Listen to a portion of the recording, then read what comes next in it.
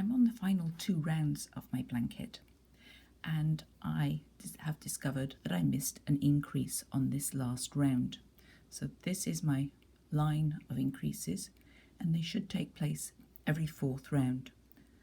So the last increase is this ear here, the yarn over in between, and that ear there.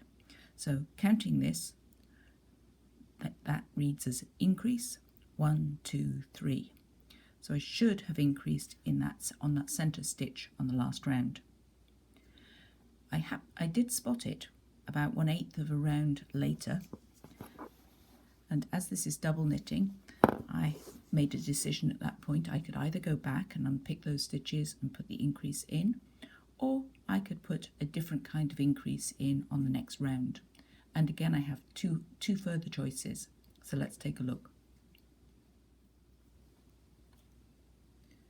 First, I have to get into position for the increase, and I'm going to do a make one increase before and after that central stitch.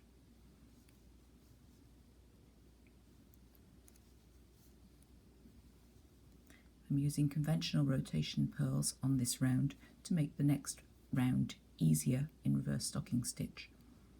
So here's my position where I need to make an increase, and if I knit up a stitch under that yarn bar and knit up a stitch under that yarn bar, then I will have the requisite 3 stitches.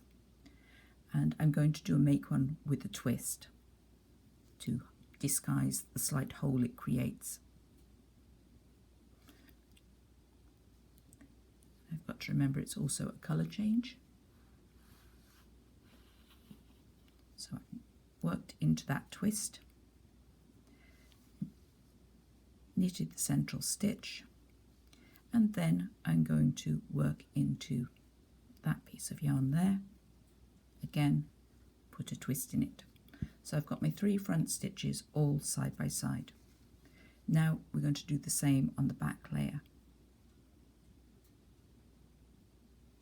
There's the piece of yarn I need to work into.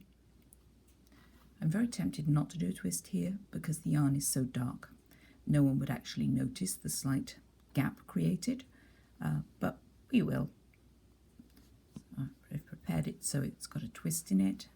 Now I'm going to purl it. Then I'm going to purl that central stitch. And now I've got to look for the next bar of yarn. So I'm just going to lift it up using an extra needle tip.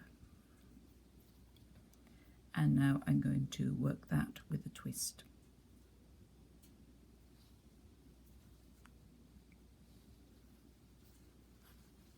So now I've got 3 front stitches, 3 back stitches, and I just need to re-sequence them.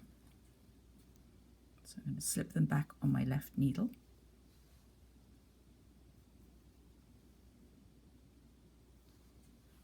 Apart from the first one, then take the first one on the other side, and since I don't want to lose these, I'll just temporarily hold them. I don't do that throughout the rest of the project, but with them being make ones, they're more inclined to disappear. And there's the increase. Doesn't look quite as sort of stylish as this one, but it will do the job, and especially since there's a colour change, no one's going to notice it. Another alternative, if this had been a plain area of pink yarn, I could have just popped that I could have just popped that increase in 1 round late, and again, no one would spot it. Yet another solution to this situation would be to omit the increase. You could only omit it because we're on the last round. You couldn't skip it further down the project because it would mess up your stitch counts and mess up your pattern, but here it wouldn't matter. Another alternative would be to put in the knit 1 yarn over knit 1 increase on this first round of the blue on the front and the pink on the back, and the purl, yarn over, purl, increase, in the appropriate position, of course.